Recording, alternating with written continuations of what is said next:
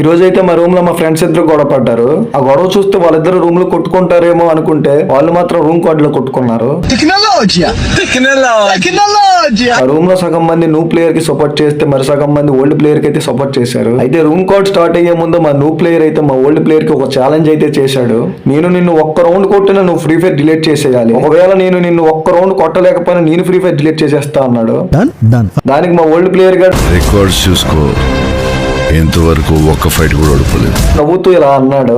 అలా మొండితనానికి మొరటతనానికి పోటీ అయితే మొదలైంది. ఫస్ట్ రౌండ్ అయితే మా న్యూ ప్లేయర్ గడు వచ్చాడు, చచ్చాడు. సెకండ్ రౌండ్ అయితే మా న్యూ ప్లేయర్ గడు వచ్చాడు, చచ్చాడు. థర్డ్, ఫోర్త్, ఫిఫ్త్ రౌండ్స్ కూడా మా న్యూ ప్లేయర్ గడు వచ్చాడు, చచ్చాడు. అది చూసిన మా ఓల్డ్ ప్లేయర్ గడు అయితే నవ్వుతూ ఇంకో 3 మ్యాచ్లు కూడా ఆడి ఉన్న పరువు కూడా తీసుకుంటామా అన్నాడు. దానికి ఏ మాత్రం తగ్గకుండా మా న్యూ ప్లేయర్ గడు కూడా గట్టిగా కౌంటర్ ఇచ్చాడు.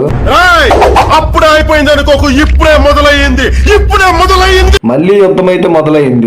కానీ ఈసారి మా న్యూ ప్లేయర్ గాడు గల్లీలో కళ్ళు మూసుకొని 6 కొట్టినట్టు ఒక రౌండ్ అయితే కొట్టేశాడు.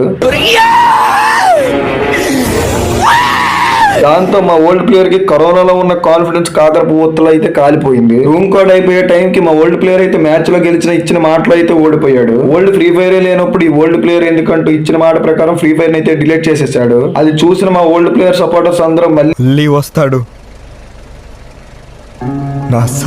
సాడ్ గా అయితే ఫీల్ అయ్యారు. ఇవ్వండి ఇవాళ ముఖ్యాంశాలు. వెళ్ళేటప్పుడు సబ్స్క్రైబ్ చేయడం మర్చిపోవద్దే.